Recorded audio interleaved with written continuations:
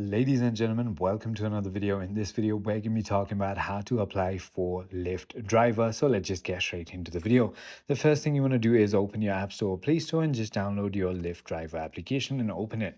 Before we apply for it, I'm going to go ahead and tell you about a couple of requirements that you need to meet. So you must meet age, driving history, and vehicle requirements varies by city. A four-door vehicle or renting through Express Drive is required.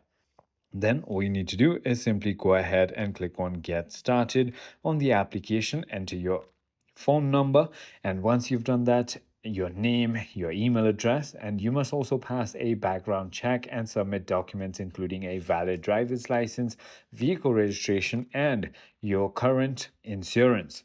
Also, a vehicle inspection by a certified mechanic may be required depending on local regulations. The background check can take several weeks, which you can track via lyft.com/drivers. I hope this video clarifies everything for you. If you have further more queries, feel free to comment down below and I'll see you on the next one.